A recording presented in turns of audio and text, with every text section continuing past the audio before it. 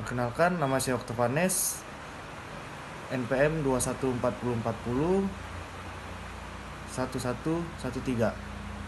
Di sini saya akan menjawab pertanyaan terkait tugas penilaian akhir semester mata kuliah hubungan industrial.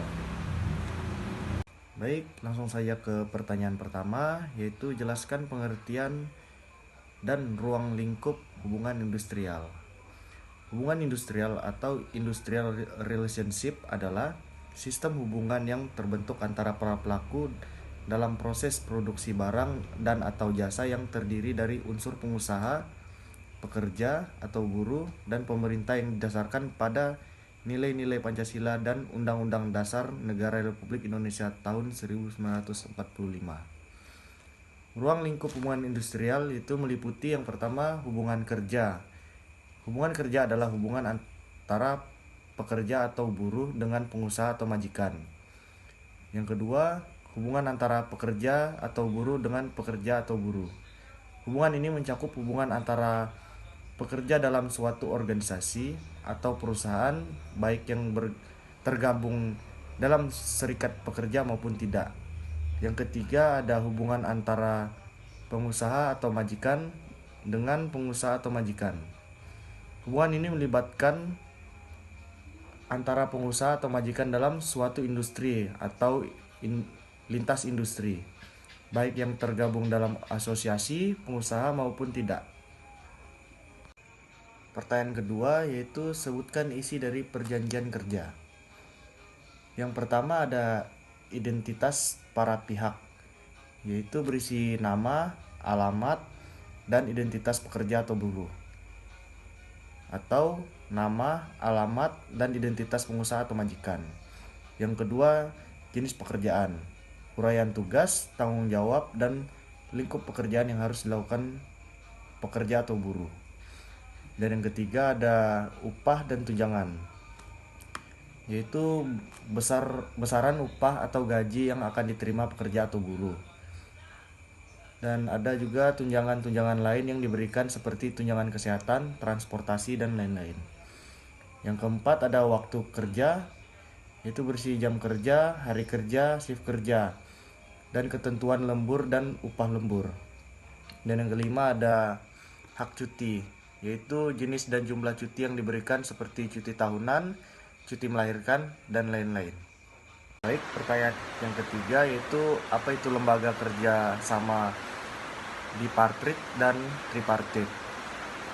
Yang pertama, lembaga kerja sama bipartit adalah forum komunikasi dan konsultasi mengenai hal-hal yang berkaitan dengan hubungan industrial di suatu perusahaan yang anggotanya terdiri dari pengusaha, serikat pekerja atau serikat buruh yang ada di perusahaan tersebut. Tujuan dibentuknya lembaga kerja sama bipartit adalah yang pertama, contohnya sarana komunikasi antara pengusaha dan pekerja atau buruh. Yang kedua, menyalurkan aspirasi pekerja atau buruh. Dan yang ketiga, menciptakan hubungan industrial yang harmonis dan dinamis. Sementara tugasnya yaitu membahas masalah ketenaga kerjaan di perusahaan. Yang kedua, menyampaikan saran dan pertimbangan kepada pengusaha dan pekerja atau buruh. Dan yang ketiga yaitu menyalurkan aspirasi dari masing-masing pihak. Sementara lembaga kerjasama tripartit yaitu lembaga kerjasama tripartit adalah lembaga yang berlaku untuk wilayah provinsi atau nasional yang anggotanya terdiri dari unsur pemerintah, organisasi pengusaha, dan organisasi pengusaha pekerja atau serikat pekerja. Tujuannya itu melakukan komunikasi, konsultasi, dan musyawarah dalam menyusun kebijakan dan pemecahan masalah ketenaga kerjaan. Sementara tugasnya yang pertama memberikan saran dan pertimbangan kepada pemerintah terkait kebijakan ketenaga kerjaan. Yang kedua membahas masalah ketenaga kerjaan yang menyangkut kepentingan tripartit. Dan yang ketiga yaitu menyalurkan aspirasi dari masing-masing unsur tripartit. Baik, yang keempat, prosedur penyelesaian perselisihan hubungan industrial melalui arbitrase.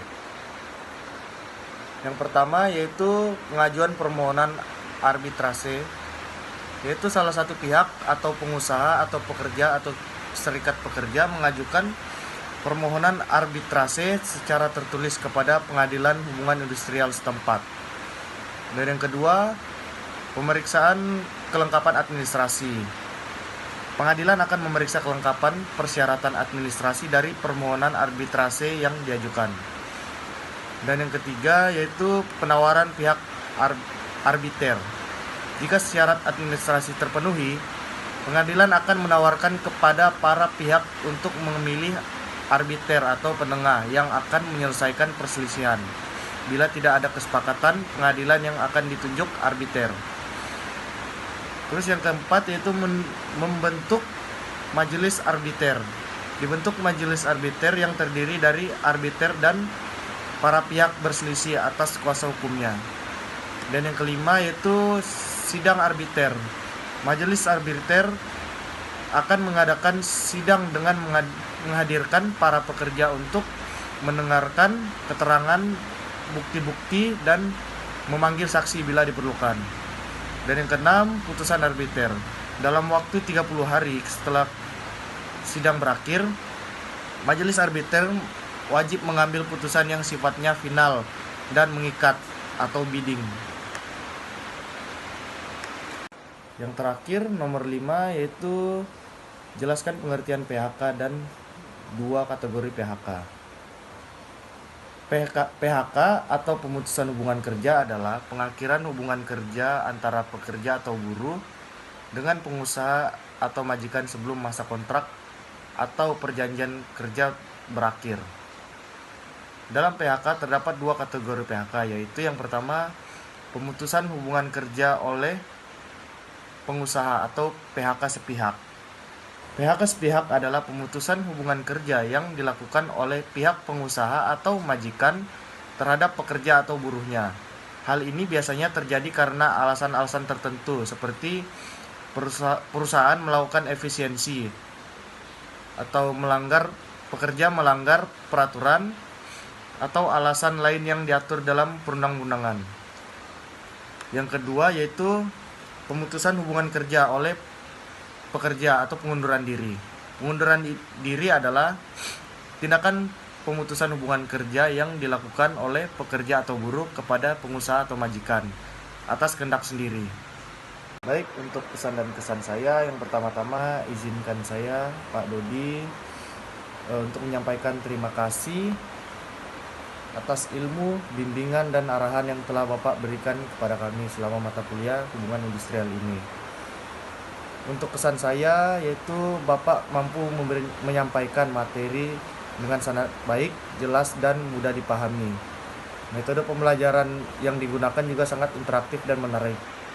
Selain itu, saya sangat mengapresiasi bagaimana Bapak selalu memberikan contoh-contoh kasus nyata terkait isu-isu hubungan industrial di lapangan. Pesan saya yaitu saya berharap Bapak senantiasa diberikan kesehatan dan berkeberkahan dalam mengembangkan tugas mulia sebagai pendidik. Amin. Sekian dari saya, terima kasih.